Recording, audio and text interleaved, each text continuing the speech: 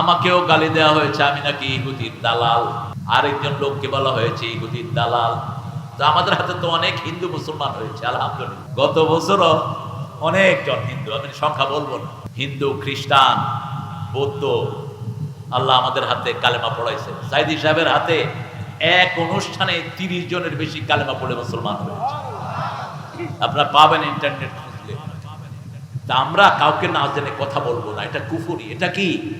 তা'নুন ফিন নাসাব। কোন এলাকা ধরে গালি দিলেন, তোর বাড়ি কোথায়? রংপুর। ও রংপুরের মফিজ তুই, যা।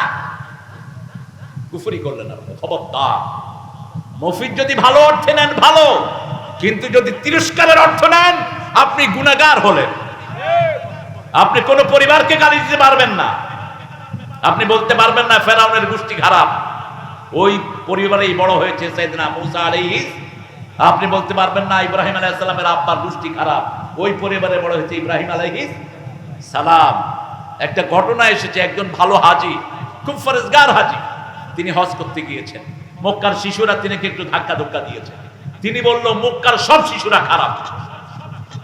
রাতের বেলায় স্বপ্নে দেখে হাতে করে লাঠি দাও খন্তা নিয়ে রাসূল সাল্লাল্লাহু আলাইহি ওয়াসাল্লাম, আবু বকর রাদিয়াল্লাহু আনহু, ওমর, ওসমান সব হাজির।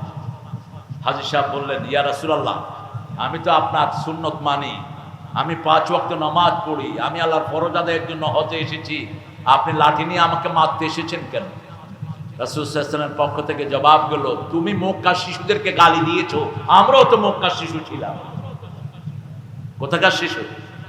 মক্কার শিশু। এজন্য যখন কাউকে কিছু বলবেন, স্পেসিফিক যে লোকটা করেছে তাকে বলেন, এজমামি ভাবে বলবেন না। মুসলিম শরীফের বর্ণনা রাসূল সাল্লাল্লাহু আলাইহি ওয়াসাল্লাম বলেন, তা'নুন ফিন নাসাব ওয়ান নিয়াহা, এই দুইটা হলো কুফরি।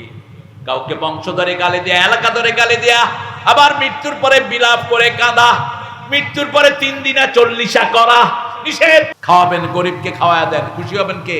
আপনার গরিব নিকটাত্মীয়। আতিদা বিল কুরবা হাক্কা, আগে নিকটাত্মীয়কে দিবেন, তা না হলে কোনো সওয়াব পাবেন না।